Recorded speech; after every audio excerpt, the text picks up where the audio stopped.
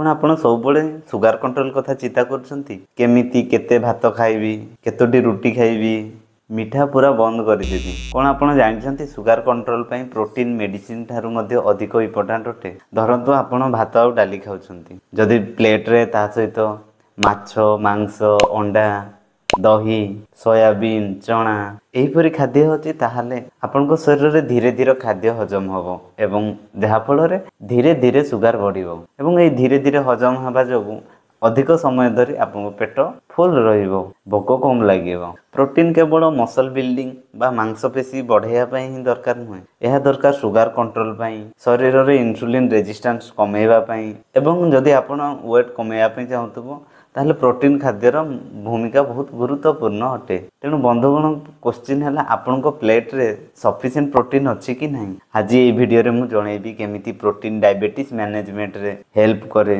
एवं किपरि आपण डेली आपण खाद्य रे प्रोटीन ऐड करि परिबे जहा फल रे नेचुरली आपण शरीर रे सुगार कंट्रोल रे रहिबो। तेबे चलतो वीडियो टी स्टार्ट करिबा। नमस्कार दर्शक बंधु मु डॉक्टर अंकित आपण मान को स्वागत करूची आ एक नुआ यूट्यूब वीडियो रे। आज हमें प्रोटीन विषय रे आलोचना करिबा। प्रोटीन किपरि डायबिटीज मैनेजमेंट रे हेल्प करे दिन को केते खाइबा उचित एवं केमिति आपण प्रत्येक दिन खाद्य रे ऐड करि परिबे एवं केउ केउ ओडिया खाद्य रे अधिक प्रोटीन रहिछि एवं सहज रे हमको मिली परिबो। तेबे चलंतु आरंभ करिबा। दर्शक बंधु प्रोटीन हैला आम शरीर रो निर्माणकारी उपादान।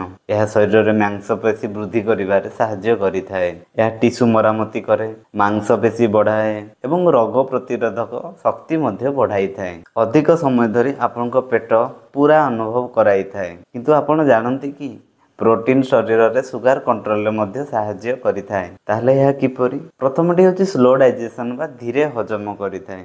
जदि आपण भात बा रुटी सहित अधिक प्रोटीन खाद्य खाइतांती ताहले ए खाद्य को धीरे धीरे हजम करिथाय ता फल रे रक्त रे सुगार धीरे धीरे बढ़िथाय। आ गोटे प्रोटीन रो बेनिफिट हैला ए पेट को अधिक समय फुल बा भरा भरा अनुभव कराइथाय। तेणु हमको शीघ्र भोक लागे नहीं जहा फल रे हमें अत्यधिक खाइबा किबा अदरकारी जिनिस बा अस्वास्थ्यकर जिनिस खाइबारु वर्ती जाइथाउ। आउ गोटे कथा हला प्रोटीन खाइले मसल वृद्धि एवं मसल मेंटेनेंस रे सहाय्य करिथाय। आपण जानिछन्ती दर्शक बंधु डायबिटीज रे मांसपेशी अधिक रहिबा निहाती दरकार। एहा द्वारा कोन हुए ना शरीर रे खाद्य हजम परे होतबा एक्सेस सुगार गुडिको हम मांसपेशी रे अब्जॉर्ब हे जानती जहा फल रे सुगार स्पाइक हुए नहीं जहा पर किडनी ब्रेन एवं हार्ट परी मुख्य अंग प्रत्यंग गुडिक एक्सेस सुगार स्पाइक रु वर्ती जानती जहा द्वारा मुख्य अंग गुडिक सुगार द्वारा डैमेज हुअंती नहीं। तेबे जे कोनोसी खाद्य खांतु ना काहेकि परिमाण गुरुत्वपूर्ण अटे।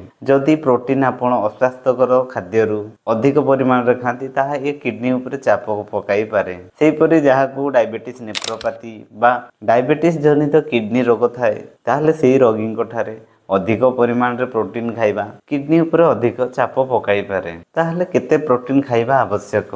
दर्शक बंधु आम देशर रिसर्च संस्था जहाँ ICMR अनुसार जड़े व्यक्ति को स्वस्थ रहिबा पई 0.8 रु 1 ग्राम पर केजी प्रोटीन खाइबा दरकार। ताहले जदि हमें उदाहरण दे देखिबा जदि जनकर ओजन 60 केजी हैला ताको दिन रे प्राय 48 रु 60 ग्राम रो प्रोटीन खाइबा दरकार। ताहले देखिबा दर्शक बंधु आम क्यों ओडिया खाद्य गुडी करे जहा प्रत्येक घरे घरे अवेलेबल अछि अधिक प्रोटीन रहिछि। प्रोटीन दी प्रकार सोर्स रु मिली पारे गोटे होछि वेजिटेरियन आउ गोटे होछि नॉन वेजिटेरियन मानको पई। जदि वेजिटेरियन मानको पई हमें देखिबा डाली जातीय खाद्य जेपरि मसूर डाली मुग डाली बुट डाली हरड डाली सेही परि आमे जदि देखिबा चना सोयाबीन एवं जदि आमे क्षीर जातीय देखिबा ताहले क्षीर दही पनीर सेही परि हमरो ड्राई फ्रूट्स रे चिना बादाम आलमंड अखरोट एही खाद्य गुडी खाइले अधिक परिमाण रे प्रोटीन पाई परिबे। जदि आपनको प्रत्येक दिनर प्रोटीन पूरा हो नहीं ताहले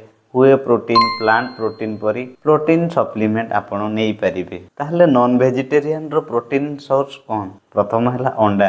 अंडा सबुठारु सहज मिली थाए एवं सबुठारु सस्ता प्रोटीन विकल्प। अंडार धला अंश रे प्रचुर परिमाण रो प्रोटीन थाए। गोटे अंडा रे प्राय 6 ग्राम रो प्रोटीन मिली जाई थाए। सेही परी अल्प फैट युक्त चिकन एवं माछ।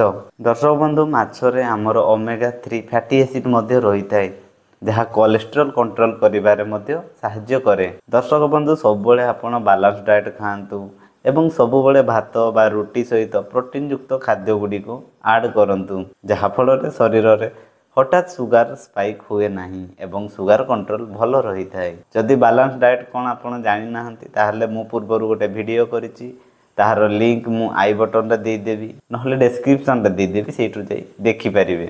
ଦର୍ଶକ ବନ୍ଧୁ, ଡାଇବେଟିସ୍ ମ୍ୟାନେଜମେଣ୍ଟରେ ପ୍ରୋଟିନ୍ର ଭୂମିକା ଅତ୍ୟନ୍ତ ଗୁରୁତ୍ୱପୂର୍ଣ୍ଣ, କିନ୍ତୁ ମନେ ରଖନ୍ତୁ ସବୁଥିରେ ବାଲାନ୍ସ ହିଁ ସବୁକିଛି। ଗୋଟେ ସୁସ୍ଥ ଜୀବନ ପାଇଁ ଆପଣଙ୍କୁ ସୁସ୍ଥ ଖାଦ୍ୟ ସହିତ ନିୟମିତ ଶାରୀରିକ ପରିଶ୍ରମ ଏବଂ ଠିକ୍ ସମୟରେ ଶୋଇବା, ଉଠିବା ଏବଂ ଏହିପରି ସୁସ୍ଥ ଅଭ୍ୟାସ ଗୁଡ଼ିକ ଦ୍ୱାରା ହିଁ ଆପଣ ଏକ ସୁସ୍ଥ ଜୀବନଯାପନ କରିପାରିବେ। ତେବେ ଯଦି ଦର୍ଶକ ବନ୍ଧୁ ଭିଡ଼ିଓଟି ଭଲ ଲାଗିଲା ତାହେଲେ ଭିଡ଼ିଓଟିକୁ ଲାଇକ୍ କରନ୍ତୁ ଏବଂ ଅନ୍ୟମାନଙ୍କ ସହିତ ସେୟାର ମଧ୍ୟ କରନ୍ତୁ। ଚ୍ୟାନେଲଟିକୁ ସବସ୍କ୍ରାଇବ୍ କରିବା ପାଇଁ ଭୁଲିବେ ନାହିଁ, କାରଣ ଏହିପରି ଭିଡ଼ିଓ ଲଗାତାର ମୁଁ ଏହି ଚ୍ୟାନେଲରେ ଆଣିଥାଏ।